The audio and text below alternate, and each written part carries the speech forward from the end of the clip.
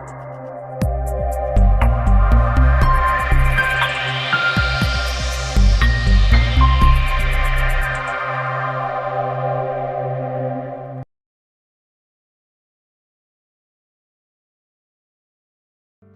शिवाय दोस्तों, स्वागत है आपका फिर से एक बार हमारे चैनल वर्ल्ड ऑफ हैप्पीनेस में। हे भगवान, तूने क्या किया? तूने मेरे भाई को मार दिया, तूने मेरे पिता को मार दिया, तूने मेरी माँ को मार दिया, तूने उससे मुझसे उसको छीन लिया। मैं आज के बाद कभी तेरे मंदिर नहीं आऊँगा। जब किसी का कोई अपना जाता है तो ऐसे ऐसे विचार आते हैं ना, बहुत दुख होता है। 10 दिन पहले मेरे प्रिय मित्र की मृत्यु हुई, तब से मेरे को भी हो रहा है कि भगवान बड़ा निर्दयी है। भगवान ऐसा क्यों किया? पर फिर 2 मिनट में सोचता हूँ कि ये सब तो सृष्टि का एक खेल था, और हमारे साथ कब ऐसा हो जाए, कुछ भी हो जाए, किसको क्या पता। ईश्वर के अंदर क्या चल रहा है, उस अस्तित्व में हमारे लिए क्या चल रहा है, हम क्या पीछे कर्मों में बो कर आए हैं, हमें कुछ नहीं पता, है ना। पर हमारे प्रियजनों की मृत्यु का दोषी कौन है? क्या ईश्वर हमारे प्रियजनों को छीन लेता है हमसे? क्या वो हमारे कर्मों की सजा देता है? क्या वो ऊपर कोई किताब पेन लेके बैठा है जिसपे वो हमारे कर्मों को नोट करता है? ऐसा बिल्कुल भी नहीं है दोस्तों। हम ही कर रहे हैं कर्म और हम ही भोग रहे हैं। हमें पता नहीं हम किस घड़ी में हम क्या बातें बोलते हैं, क्या विचार हम करते हैं, किस किस तरह की चीजें हमारे मुख से निकल जाती हैं। अचानक अनजाने में हमारे अचेतन में कुछ चल पड़ा, हमें पता ही नहीं कि कैसे क्या हो गया, और अचानक से कोई दुर्घटना हमारे सामने आ गई। जिस मेरे दोस्त की मृत्यु हुई है, आप सोच नहीं सकते वो कितना हंसी मजाक करने वाला लड़का था।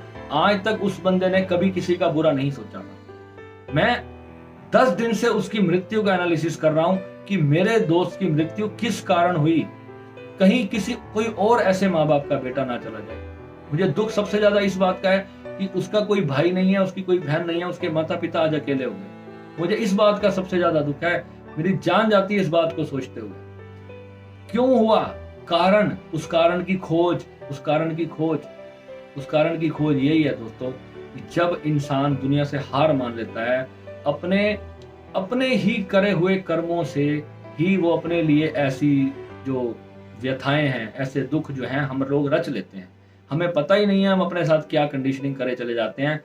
अननोइंगली हम अपने अचेतन में इतना भय बिठा लेते हैं, हमारे सारे चक्र डिसबैलेंस हो जाते हैं, और उससे इस तरह की जो है दुखद घटनाएं हमारे जीवन में आने के चांसेस बढ़ जाते हैं। अब दोस्तों यहाँ पर हमें यह समझना है, जब हम कुंडली के 12 ग्रहों को देखते हैं, 12 घरों को देखते हैं, तो उसके अंदर हमारे पूर्व जन्मों के निर्धारित कर्मों के द्वारा हमारे ग्रहों की स्थिति होती है। अगर हम सही समय पर अपने उस सारे सिस्टम को समझ लें कि इस ग्रह के कारण मुझे ये मृत्यु तुल्य कष्ट आ सकता है, तो उसके लिए आप समय रहते कुछ ऐसे उपाय आप कर सकते हो जिससे कि कोई ऐसी घटना आपके परिवार के किसी भी बच्चे के या किसी भी माता पिता के या आपके जीवन में ना घटे।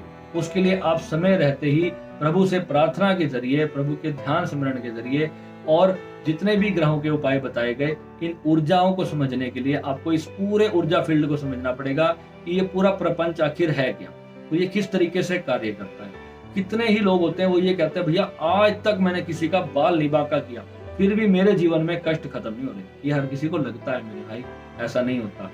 न जाने अनजाने हम मन में किसी के लिए कितनी भावना रख के बैठे होते हैं, हमें कुछ पता ही नहीं होता।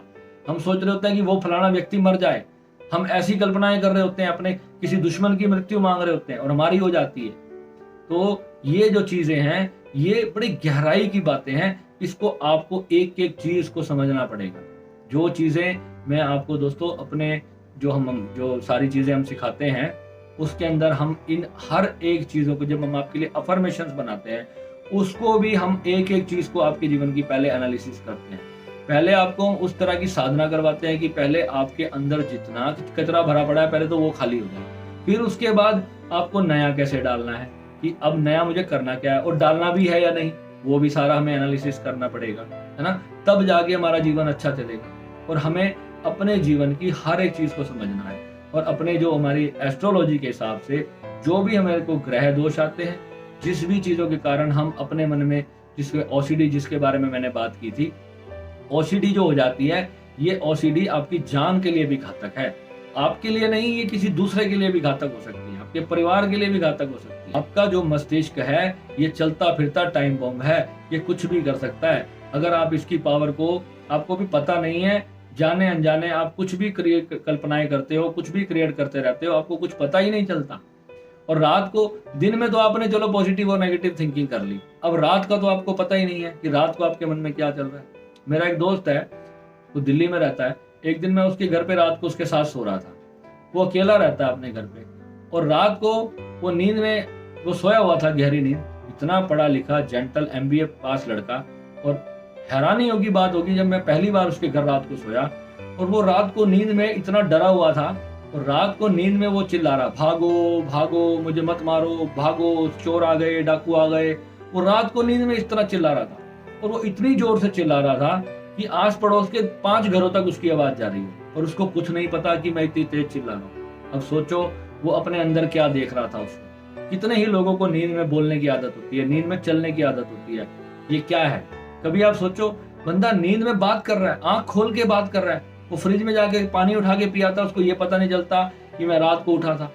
सपने में गया, उसको अंदर से पता है कि यहाँ मेरा फ्रिज पड़ा हुआ है, और वहां जाकर के वो पानी पी के आ जाता, उसको इतना भी पता नहीं चलता। सपने में ही वो सोच रहा है कि यार मुझे अपनी पत्नी की हत्या करनी है, और सपने में जाके उसने जाकर के वो सोच रहा था कि सपना चल रहा है, परंतु एक्चुअल में जाके उसने अपनी पत्नी की पीठ में चाकू मार दिया। उसको सुबह पता चला तो नींद में मेरे से ये काम हो गया। ऐसे बहुत सारे केसेस हुए हमारी कंट्री में। तो दोस्तों ये इतनी गहरी चीजें हैं, ये सारी अचेतन की समस्याएं हैं। साइकेट्रिस्ट जो होते हैं ना, वो इन चीजों को बहुत बुरी तरह से आपको डरा डरा के उनका काम यही है कि केवल आपसे किस तरीके से पैसे ऐंठे जाए। उनके पास इस चीज का समस्या का हल है नहीं। इस चीज का हल सिर्फ अध्यात्म है, और अध्यात्म से ही आप इस चीज से बाहर निकल सकते हो। हर एक चीज को दोस्तों पूरी तरह से एनालिसिस करो, उसको समझो, तब जाकर के आपको जीवन में कुछ आनंद मस्ती प्राप्त होगी। ठीक है, तो इस चीज को अच्छे से करते हुए आप मेरे से जुड़े रह सकते हैं, और आपका स्वागत है। फिर मिलते हैं अपने अगले वीडियो में दोस्तों। नमस्कार।